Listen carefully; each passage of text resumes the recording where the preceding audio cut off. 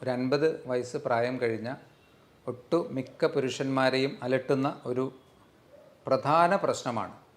ശരിക്ക് വല്ലാതെ അവരുടെ ലൈഫിനെ ബുദ്ധിമുട്ടിക്കുന്ന ഒരു പ്രശ്നമാണ് പുരുഷന്മാരിലുള്ള പ്രോസ്റ്റേറ്റ് ഗ്രന്ഥിയുടെ വീക്കം. അൾട്രാ സോണോഗ്രാം എന്ന ടെസ്റ്റാണ്.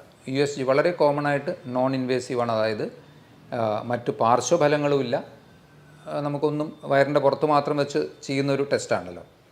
അത് ചെയ്തു നോക്കിയാൽ തന്നെ ഒരുവിധം ആൾക്കാരിലൊക്കെ ഈ പ്രോസ്റ്റേറ്റ് ഗ്രന്ഥിയുടെ വീക്കം, അതിൻ്റെ ഗ്രേഡ് ഒക്കെ നമുക്ക് മനസ്സിലാക്കാൻ കഴിയും. അതുപോലെ തന്നെ PSA test, prostate specific antigen test, അതൊക്കെ ചെയ്തു നോക്കാവുന്നതാണ്. അപ്പോൾ അതിൽ നിന്ന് നമുക്ക് അത്തരത്തിലുള്ള കുറച്ചുകൂടി മാരകമായ പ്രശ്നങ്ങളിലേക്ക് ഇത് പോയിട്ടുണ്ടോ എന്നും മനസ്സിലാകും.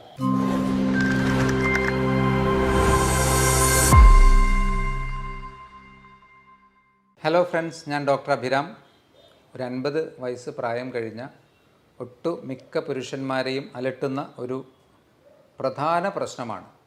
ശരിക്ക് വല്ലാതെ അവരുടെ ലൈഫിനെ ബുദ്ധിമുട്ടിക്കുന്ന ഒരു പ്രശ്നമാണ് പുരുഷന്മാരിലുള്ള പ്രോസ്റ്റേറ്റ് ഗ്രന്ഥിയുടെ വീക്കം. ഇതിന് സാധാരണ പറയുന്നത് ബിനൈൻ പ്രോസ്റ്റാറ്റിക് ഹൈപ്പർട്രോഫി എന്നാണ്. അതായത് പ്രോസ്റ്റേറ്റ് ഗ്രന്ഥിയുടെ കുറച്ച് ക്രമാനുഗതമായ വളർച്ചയിലുള്ള ആധിക്യം, അതിൻ്റെ വലിപ്പം കൂടുകയാണ് ചെയ്യുന്നത്. സസ്തനികളായ എല്ലാ ജീവജാലങ്ങളിലും കാണുന്ന ഒരു ഗ്രന്ഥിയാണ് പ്രോസ്റ്റേറ്റ്. ഇത് ഏകദേശം ഒരു 15 മുതൽ 17 ഗ്രാം, അത്ര ചെറിയൊരു ഗ്രന്ഥിയാണ്. നമ്മുടെ മലാശയത്തിൻ്റെ തൊട്ട് മുൻപിലായുള്ള യൂറിനറി ബ്ലാഡർ അഥവാ മൂത്രസഞ്ചിയുടെ താഴെ സ്ഥിതി ചെയ്യുന്ന ഒരു ഗ്രന്ഥിയാണ്, 2 വശങ്ങളിലായിട്ട്. അതുകൊണ്ട് തന്നെയാണ് ഏറ്റവും കൂടുതൽ ഈ ഒരു പ്രോസ്റ്റേറ്റ് ഗ്രന്ഥിയുടെ വീക്കവുമായിട്ട് മൂത്രസംബന്ധമായ പ്രശ്നങ്ങൾ ഉണ്ടാകുന്നത്. ഇതിൻ്റെ ഫങ്ഷൻ ശരിക്കും പറഞ്ഞാൽ ഇത് നമ്മുടെ ബീജ ഉൽപ്പാദനത്തിലൊക്കെ സഹായിക്കുന്ന ഒരു ഗ്രന്ഥിയാണ്. സെമിനൽ വെസിക്കിൾസുമായി ചേർന്ന് പ്രവർത്തിക്കുന്ന ഒരു ഗ്രന്ഥിയാണ്. ലക്ഷണങ്ങളായിട്ട് പലർക്കും ഇതിനെപ്പറ്റി കൃത്യമായ ധാരണയില്ല, ഈ മൂത്രസംബന്ധമായ പ്രശ്നങ്ങൾ പറയുമ്പോൾ. പക്ഷേ കുറച്ച് കഴിയുമ്പോഴേക്കും അവർക്കൊരു ധാരണയാകും. കാരണം ഒരു 50 വയസ്സ് കഴിഞ്ഞ ഒരു വ്യക്തി ഡോക്ടറെ സമീപിച്ച് മൂത്ര തടസ്സത്തെക്കുറിച്ചോ അല്ലെങ്കിൽ അതിലുള്ള ബുദ്ധിമുട്ടുകളെക്കുറിച്ച് പറയുമ്പോൾ പെട്ടെന്ന് തന്നെ ഡോക്ടർ ഈ ഒരു സജഷൻ പറയുമല്ലോ, പ്രോസ്റ്റേറ്റ് ഗ്രന്ഥിയുടെ വീക്കമാവാനാണ് സാധ്യത. അപ്പം അതിൽ നിന്ന് അവർക്ക് പെട്ടെന്ന് ആ ഒരു കാര്യം പിടികിട്ടും. പ്രശ്നമായിട്ടുള്ള മെയിനായിട്ട് വരുന്ന ലക്ഷണങ്ങൾ, ഒന്ന്, അടിക്കടി മൂത്രമൊഴിക്കാനുള്ള ഒരു ടെൻഡൻസിയാണ്. ഈ ഒരു മെക്കാനിസം എങ്ങനെയാണെന്നാൽ, നമ്മുടെ യൂറിനറി ബ്ലാഡറിൻ്റെ താഴത്തെ ഭാഗം കഴിഞ്ഞ് അതിൻ്റെ ഉള്ളിൽ നിന്ന് പുറത്തേക്ക് മൂത്രനാളി, അതായത് പുരുഷന്മാർക്ക് പുറത്തേക്കുള്ള മൂത്രനാളി, അത് തുടങ്ങുന്നത് ഭാഗത്താണ് ഈ ഒരു ഗ്രന്ഥി വരുന്നത്. അതുകൊണ്ട് തന്നെ ഈ ഒരു ഗ്രന്ഥിയുടെ വീക്കം എപ്പോഴും പ്രഷർ സിംറ്റംസ് ഉണ്ടാക്കുന്നു. അപ്പോൾ കുറച്ച് ബ്ലാഡറിൽ മൂത്രമാവുമ്പോഴേക്കും ഈ ഒരു പ്രഷർ എഫക്റ്റ് കാരണം നമുക്ക് മോർ ഓഫ് ഒരു ഫുള്ളായിട്ടുള്ളൊരു ഫീലിംഗ് വരും, മൂത്രമൊഴിക്കണം തോന്നും. പക്ഷേ മൂത്രമൊഴിച്ചാൽ പൂർണ്ണമായി ഒഴിഞ്ഞു പോവുകയില്ല. അപ്പോൾ ഒന്ന് അടിക്കടി മൂത്രമൊഴിക്കാനുള്ളൊരു ടെൻഡൻസിയാണ്. അത് തന്നെ രാത്രി കാലങ്ങളിൽ ഉറക്കത്തെ നല്ലതുപോലെ ഡിസ്റ്റർബ് ചെയ്യുന്ന രീതിയിൽ 3ഓ 4ഓ തവണയൊക്കെ എഴുന്നേറ്റ് മൂത്രമൊഴിക്കേണ്ട ഒരു അവസ്ഥ ഉണ്ടാകാം. ഓരോ പ്രാവശ്യം മൂത്രം ഒഴിക്കുമ്പോഴും അത് കംപ്ലീറ്റ് ആവാത്തത് കൊണ്ടാവാം പലപ്പോഴും വീണ്ടും കുറച്ച് കഴിയുമ്പോൾ വീണ്ടും ഫുള്ളായൊരു ഫീൽ, വീണ്ടും ഒഴിക്കണമെന്ന് തോന്നും.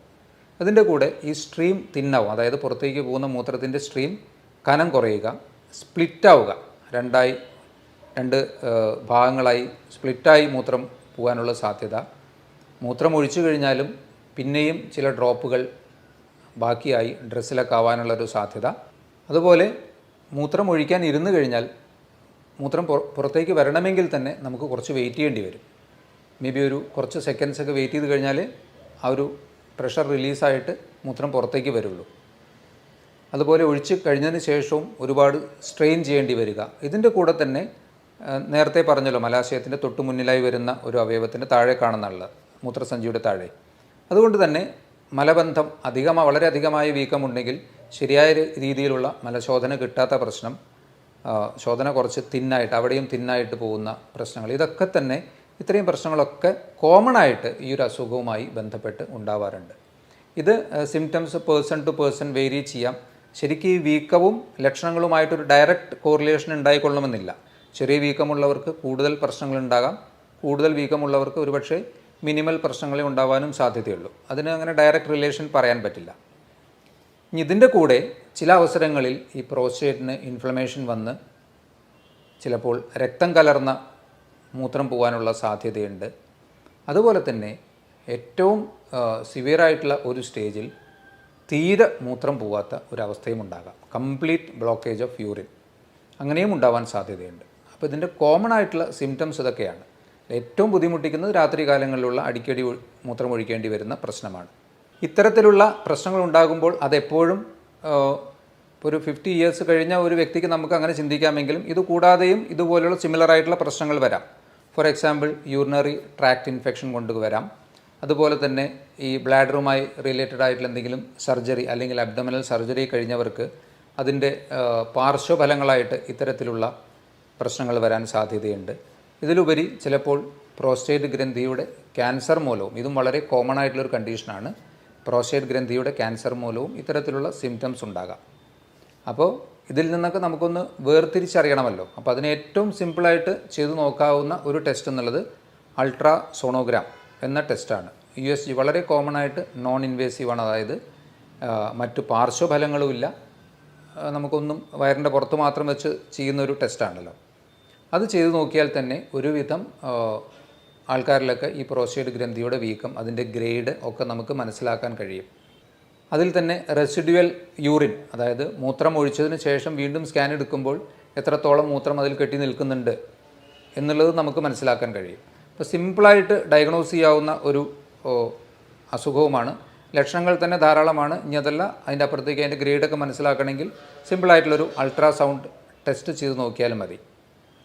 ഈ ഒരു അസുഖം കൂടുതൽ പ്രശ്നങ്ങൾ ഉണ്ടാക്കാൻ സാധ്യതയുള്ള ഒരു ഗ്രൂപ്പ്, ഒന്ന് ഏജ് അഡ്വാൻസ് ചെയ്യുന്നതിനനുസരിച്ചിട്ട് ഈ ഒരു ഗ്രന്ഥിയുടെ വീക്കം കുറച്ച് കൂടി വരാനും ബുദ്ധിമുട്ടുകൾ കൂടാനുമുള്ള സാധ്യതയുണ്ട്. അപ്പോൾ ഏജ് ഒരു ഫാക്ടറാണ്.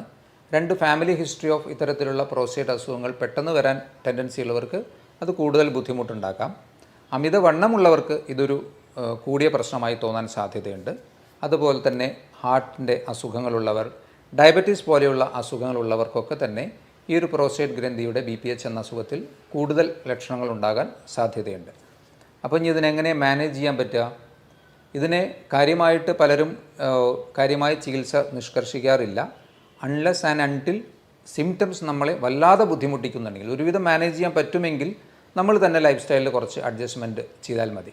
ഭക്ഷണത്തിലൊക്കെ അധികമായിട്ടുള്ള സ്പൈസി ഫുഡ്, അതുപോലെ ജങ്ക് ഫുഡ്, ഇതൊക്കെ മാക്സിമം ഒഴിവാക്കുക. ഏറ്റവും പ്രധാനപ്പെട്ട ഒരു കാര്യം, നമുക്ക് ഉള്ളിലേക്ക് കൂടുതലായിട്ടുള്ള വെള്ളം, ലിക്വിഡ്സ് അല്ലെങ്കിൽ ഫ്ലൂയിഡ്സ് ചെല്ലുമ്പോഴാണല്ലോ നമുക്ക് അത് യൂറിൻ്റെ ഫോമിൽ പുറത്തേക്ക് വരുന്നത്. അതുകൊണ്ട് തന്നെ പ്രോസ്റ്റേറ്റ് ഗ്രന്ഥിയുടെ വീക്കം കൊണ്ട് ബുദ്ധിമുട്ടുള്ളവർ ആദ്യം ചെയ്യേണ്ടത് ഒരു 7 മണിയോടുകൂടി നിങ്ങൾ ലിക്വിഡ് ഫുഡ് അല്ലെങ്കിൽ വെള്ളം കുടിക്കുന്ന കാര്യങ്ങൾ നിർത്തുക. അപ്പോൾ ഏകദേശം നിങ്ങളൊരു 7 മണിക്ക് ശേഷം ഒരു 9 മണി അല്ലെങ്കിൽ 10 മണിക്ക് കിടക്കുന്ന ഒരാളാകുമ്പോൾ 1-2 തവണ ഒരു അത്യാവശ്യം അതിൽ നിന്ന് ഫോം ചെയ്ത യൂറിൻ ഒഴിച്ചു പോയി കഴിഞ്ഞാൽ പിന്നെ രാത്രിയിൽ അത്ര ബുദ്ധിമുട്ടുകൾ ഉണ്ടാകാൻ സാധ്യതയില്ല. അപ്പോൾ ആദ്യം ചെയ്യേണ്ടത് അതാണ്. അതുവരെ നിങ്ങൾക്ക് നല്ലതുപോലെ വെള്ളം കുടിക്കാം. കാരണം ഏറ്റവും പ്രശ്നം ഇതിൽ ഉറക്കം നഷ്ടപ്പെടുക എന്നുള്ളത് തന്നെയാണല്ലോ. അപ്പോൾ 7 മണിയോടുകൂടി വെള്ളം അധികമായി കുടിക്കുന്ന ശീലമുണ്ടെങ്കിൽ അത് നിർത്തുക. പിന്നെ ഞാൻ ഈ പറഞ്ഞ ഭക്ഷണക്രമം സ്വീകരിക്കുക. വ്യായാമം ഇതിന് തീർച്ചയായിട്ടും നല്ല രീതിയിൽ ഹെൽപ്പ് ചെയ്യുന്നതാണ്. നിങ്ങൾ സാധാരണ സ്വിമ്മിങ്, ജോഗിങ് അല്ലെങ്കിൽ സാധാരണ നടത്തം, നിങ്ങളുടെ നോർമൽ ഓപ്റ്റിമൽ വെയ്റ്റ് മെയിൻറ്റെയിൻ ചെയ്യുന്നതിലേക്ക് വേണ്ടിയും ഈ ഒരു അസുഖവുമായി റിലേറ്റഡ് ആയിട്ടും കൃത്യമായ വ്യായാമം ഒരു പരിധിവരെ ഇതിൻ്റെ എക്സസീവ് സിംറ്റംസ്, അതായത് കൂടുതൽ ബുദ്ധിമുട്ടുകളെ ഒഴിവാക്കും. അതിൽ തന്നെ കെഗൽസ് എക്സസൈസ്, ഇപ്പോൾ നിങ്ങൾക്ക് യൂട്യൂബിലൊക്കെ നോക്കിയാൽ പെട്ടെന്ന് അവൈലബിൾ ആവുന്ന ഒരു മെത്തേഡാണ്. അപ്പോൾ അത് നോക്കിയിട്ട് കെഗൽ എക്സസൈസ് പൊതുവെ പെൽവിക് മസിൽസിനെയൊക്കെ ഒന്ന് സ്ട്രെങ്തൻ ചെയ്യാൻ വേണ്ടിയിട്ട് ഉപയോഗിക്കാവുന്നതാണ്. അപ്പോൾ കെഗൽസ് എക്സസൈസ് പ്രാക്ടീസ് ചെയ്യാം. അതുപോലെ തന്നെ യോഗയിൽ ഇതിനെ സഹായിക്കുന്ന ചില എക്സസൈസ് പോസ്ചേഴ്സ് ഉണ്ട്. ഇതൊക്കെ തീർച്ചയായിട്ടും ഈ ഒരു ബുദ്ധിമുട്ടുണ്ടെങ്കിൽ അത് ഒന്ന് പ്രാക്ടീസ് ചെയ്യുന്നത് നല്ലതായിരിക്കാം. കാരണം BPH എന്നുള്ളത് ഇൻവേരിയബിളി ഒരു 50ക്ക് ശേഷം എപ്പോൾ വേണമെങ്കിലും, 50ക്ക് മുന്നേ ഇപ്പോൾ പലപ്പോഴും കാണാറുണ്ട്, ഏതൊരവസരത്തിലും ചെറുതായിട്ട് തുടങ്ങി നല്ല സിവിയർ ആവാൻ സാധ്യതയുള്ള ഒരു അസുഖമാണ്.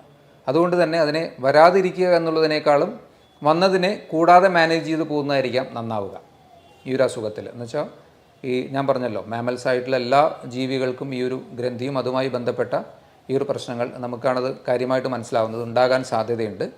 അപ്പം അതുകൊണ്ട് അതിന് നല്ല രീതിയിൽ മാനേജ് ചെയ്ത് പോവുക. ഇത്രയും കാര്യങ്ങൾ ചെയ്തു കഴിഞ്ഞാൽ അതിൻ്റെ ആ ഒരു നമുക്ക് മെഡിസിൻ കഴിക്കേണ്ട അവസ്ഥയിലേക്കൊന്നും പലപ്പോഴും പോകേണ്ടി വരില്ല. ഇനി പലപ്പോഴും പ്രോസ്റ്റേറ്റ് ഗ്രന്ഥിയുടെ അമിതമായ ലക്ഷണങ്ങൾ കാണിക്കുകയാണെങ്കിൽ നിങ്ങൾ തീർച്ചയായിട്ടും അൾട്രാസൗണ്ട് ചെയ്ത് നോക്കണം. കാരണം അപൂർവമായി പ്രോസ്റ്റേറ്റ് ക്യാൻസറൊക്കെ ആണെങ്കിൽ നമുക്കത് കണ്ടുപിടിക്കപ്പെടാതെ പോകാനും പാടില്ലല്ലോ. അതും വളരെ കോമൺ ആയിട്ടുള്ള ഒരു കണ്ടീഷനാണ്. ഈ പ്രോസ്റ്റേറ്റ് ക്യാൻസർ കോമൺ ആയിട്ട് പുരുഷന്മാർക്ക് വരുന്നൊരു പ്രശ്നമാണ്. അതുപോലെ തന്നെ PSA test, prostate specific antigen test, അതൊക്കെ ചെയ്തു നോക്കാവുന്നതാണ്. അപ്പോൾ അതിൽ നിന്ന് നമുക്ക് അത്തരത്തിലുള്ള കുറച്ചുകൂടി മാരകമായ പ്രശ്നങ്ങളിലേക്ക് ഇത് പോയിട്ടുണ്ടോ എന്നും മനസ്സിലാകും. ഇത്രയും കാര്യങ്ങളാണ് ഈ പ്രോസ്റ്റേറ്റ് ഗ്രന്ഥിയുമായി നിങ്ങൾക്ക് ശ്രദ്ധിക്കാനും അറിയാനുമായി പറയാനുള്ളത്. ഇതുപോലുള്ള മറ്റൊരു വീഡിയോയുമായി വീണ്ടും കാണാം. ബൈ.